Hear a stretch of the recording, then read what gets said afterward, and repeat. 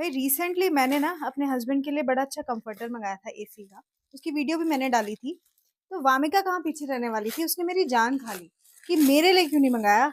और उसको इतनी चिड़न हो गई कि पापा का ही क्यों आया, मेरा क्यों नहीं आया। अब उसकी एक रिक्वायरमेंट थी कि पिंक भी होना चाहिए। तो मैंने मीशो से एक और कंफर्टर मंगा लिया, एसी कंफर्टर। देखते हैं कि कैसी क्वालिटी आई है। वैसी ही आई है, वो बहुत बढ़िया क्वालिटी थी। और जबकि ऑलरेडी उस लड़की के पास है अपना, बट उसने एक और मुझसे मंगवा लिया है। And look at the colour, look at the quality.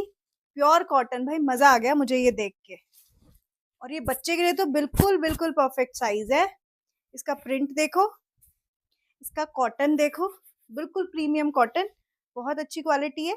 अगर आपको इसका लिंक चाहिए तो आप कमेंट में लिंक लिख देना, या फिर ये वीडियो आप मुझे भेज देना, डीएम कर देना, तो आपको लिंक मिल जाएगा। और अगर आप वाईटी पे इस वीडियो को देख रहे हैं तो आपको कम्युनिटी पोस्ट में इसका लिंक मिल जाएगा। ये मीशो से मैंने मंगाया है और बहुत ही अच्छी क्वालिटी है।